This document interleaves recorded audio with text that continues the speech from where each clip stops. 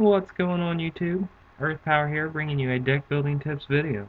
We're going to go over the 3 basic steps in building a deck from start to finish. And those include coming up with the ideas for a deck, building that deck, and using support cards and such in order to shape the deck and get it working the way you want it to, and then finally testing the deck. To start off with the idea, you basically want something that's going to work. You want to come up with a strategy that deck is going to implement in terms of winning the game. The idea behind playing the card game itself is that you want to win. So you want to build a deck around a strategy that has the potential to win or disrupt the opponent so that basically you can break all of their shields and of course swing for the game. So let's look at a simple strategy here, a single card strategy. This uses 3 cards from the Water Civilization, and we're going to use it as our basis for building this deck. The first card in the strategy is Aqua Stromer. This card lets you look at the top 5 cards of your deck and put them back in any order. So using his effect, you would want to get a big monster or just something that can do a lot of damage on the board that wouldn't necessarily be easy to get out. And we'll look at that in a second. The second card in this strategy is Transmogrify. This card says you may destroy one of your creatures. If you do, you can then reveal a card from the top of your deck until you reveal a non-evolution creature. You can put that creature into the battle zone and put the rest of those cards into your graveyard. And now, another card that's very useful, and it just happens to be from the Water Civilization as well, is King Tsunami. When you put this creature into the battle zone, return all of the creatures in the battle zone to their owner's hands, and he's a triple breaker. So, going back to Aqua Stromer, you would use Stromer's ability to find your King Tsunami, hopefully in the top 5 cards of your deck, and put him on the top after rearranging the cards, and then activate Transmogrify, destroying your Aqua Stromer, and revealing the King Tsunami and then summoning him. Noticing that he costs 12 mana is going to be very difficult to get him out on your own from the hand. So using a strategy with 3 mana cards such as Aqua Stromer and Transmogrify allows King Tsunami to potentially hit board by the 4th turn, and that can be a giant threat very early in the game.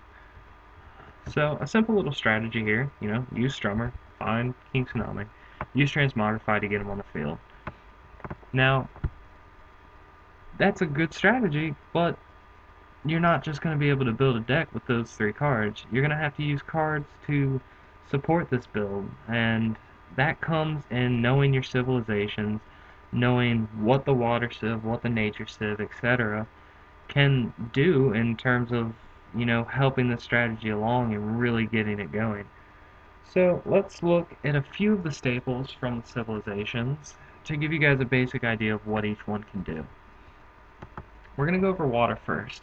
Now, water is very big on draw power, such as we've seen in a past video when I went over control, Aqua Hulkus, and Energy Stream. Both of these cards are automatically +1s. Aqua Hulkus creates a body on the field and replaces himself in the hand, while Energy Stream not only replaces itself in the hand, but gives you an extra card in the hand as well. So water is really important in terms of drawing cards. If you want a really good draw engine for your deck and you find that you're having trouble keeping a decent hand size, water's the way to go. Now, water also includes cards like Aqua Surfer and other spot removal cards that return creatures on the battle zone to the owner's hand or manipulate them in some way, as we saw with Kirill. Now, Darkness. Of course, like we saw with Control, Darkness has excellent hand manipulation and permanent removal cards. Locomotiver and Cranium Clamp are 2 of the leading contenders in hand removal cards. Such as Locomotiver on turn 4 creates a body and you pick a random card out of your opponent's hand to send to the graveyard. He's also a shield trigger creature, which makes him great. And then Cranium Clamp, of course, your opponent chooses and discards 2 cards from his hand. And as I explained in the control video, when you drop Cranium Clamp turn 4, your opponent's not going to have very many cards in their hand at that point to discard. And finally, of course, Terror Pit for the Dark Civ is as well as other excellent removal cards such as Critical Blade and Hopeless Vortex. Basically just destroy opponent's creatures, usually one at a time, but they're reliable and consistent. Now, Nature is the leading contender in mana gaming. Cards like Bronze Arm Tribe, where you play him on the field, he creates a body, and you take the top card of your deck and put it in your mana zone.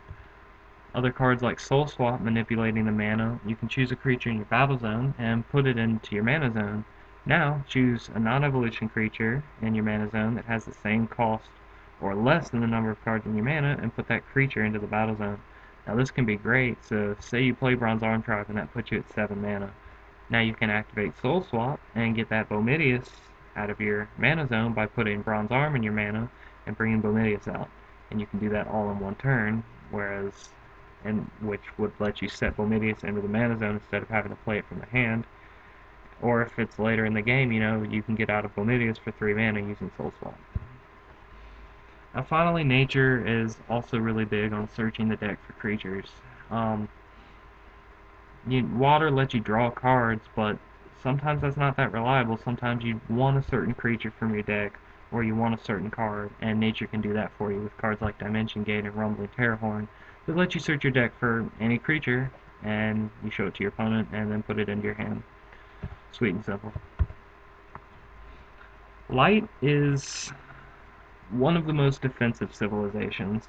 Now, water has blockers, but lights are a little better in terms that they can't attack the player, but they can actually attack creatures, whereas water blockers can't attack whatsoever, or at least most of them can't. But the light blockers, same cost for the same attack power as water blockers, but they can attack creatures. Now, light also gives us a few draw cards such as Magris and Mistrios, whereas when you put Magris into the battle zone, he has the same effect as Aqua Hulkus, lets you draw a card, and Mistrios says that every time a monster is summoned, whether that's on your side of the field or on your opponent's side of the field, you get to draw a card. So, very useful draw cards in light as well, and some of them are a little bit bulkier.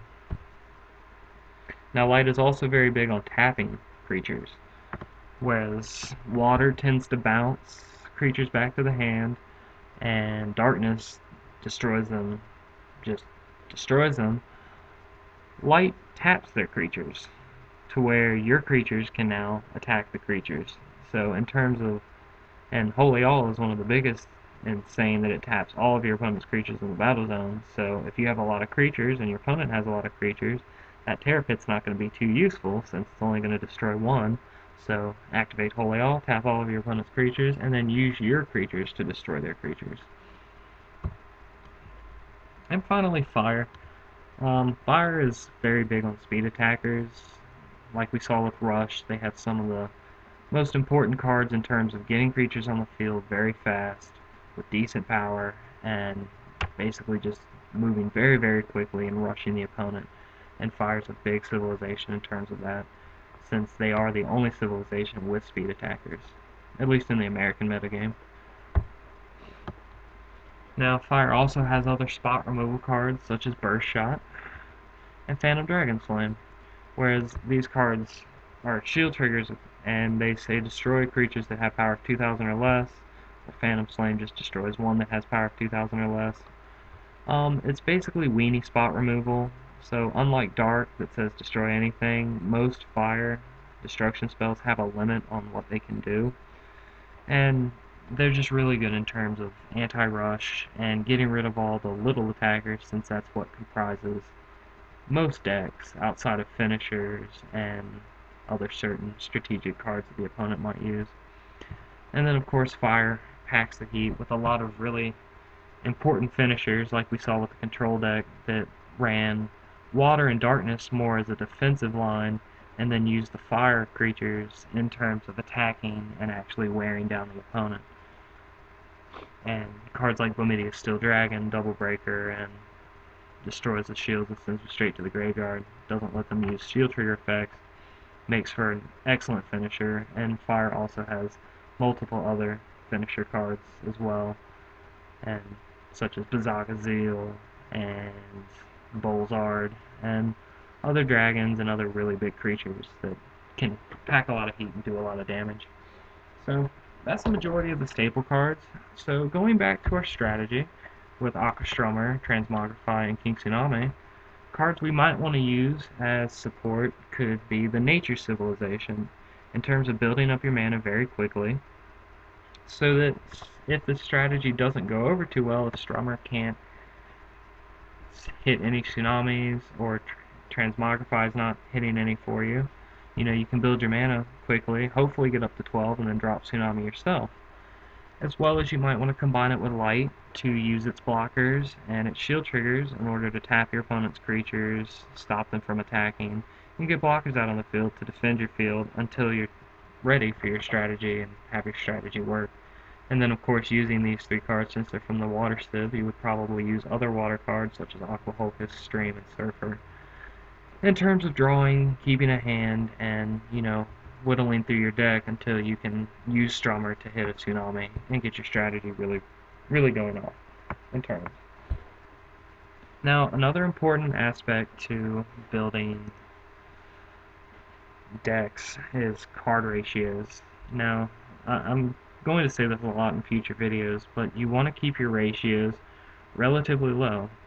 That's basically saying, as you saw with the control deck, it used cheap creatures, cheap blockers to get out on the field early, cheap destruction spells to use in the mid game to control your opponent's field, and then it would drop finishers towards the end, right around turn 6 and 7, such as Declawaz and Bomedius, and drop them on the field late game, and then you would start swinging and breaking shields and to a point to where you could win the game.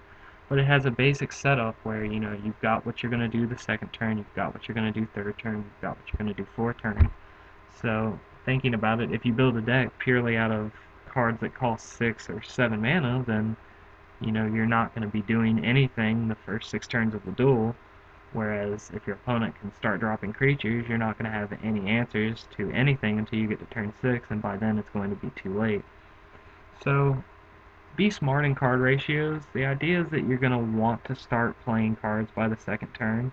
Start having answers to anything the opponent could have. If you run into that rush deck, you're going to want to either have a blocker or something that can manipulate your shields in order to drop shield triggers, and or just other creatures to destroy their rush creatures when they attack, so that you have some control over the board at all times.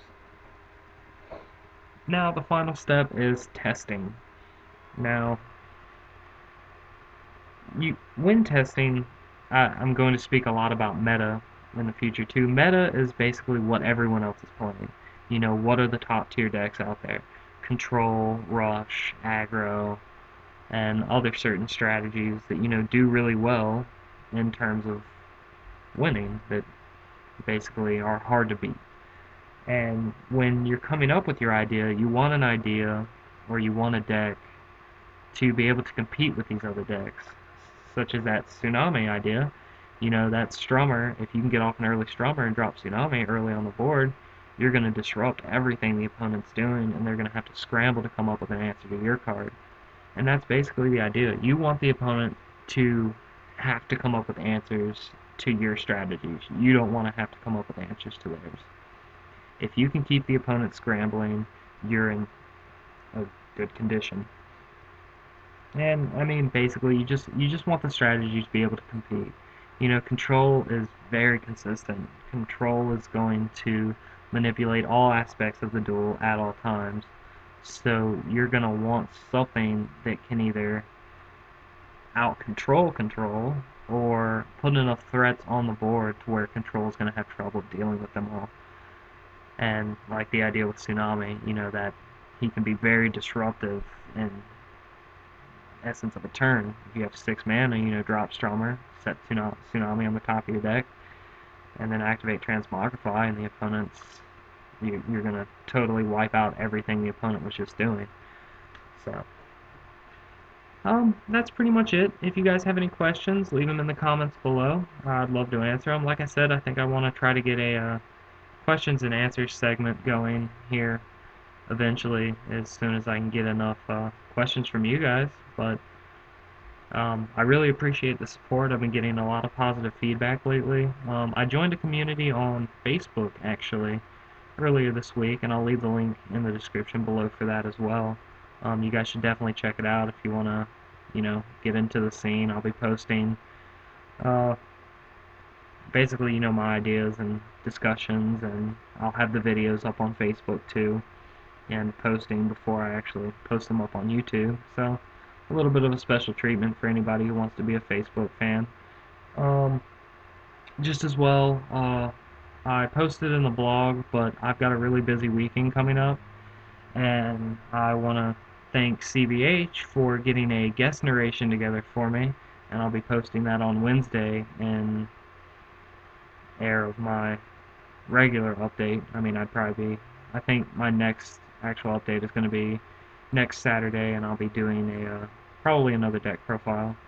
So, but CBH has been kind and has done his nature dark water control, give you guys a different outlook on control, give you guys some different ideas, different strategies, show you how vast control really is. There's a million and one things you can do with the deck type. So CBH has quite a nice build, and I'm anxious to upload it and see what he has to say about it. So keep a lookout for that. I'll have that on Wednesday for you guys, and I will probably, hopefully, see you guys next weekend. Um, Take care, guys. Peace.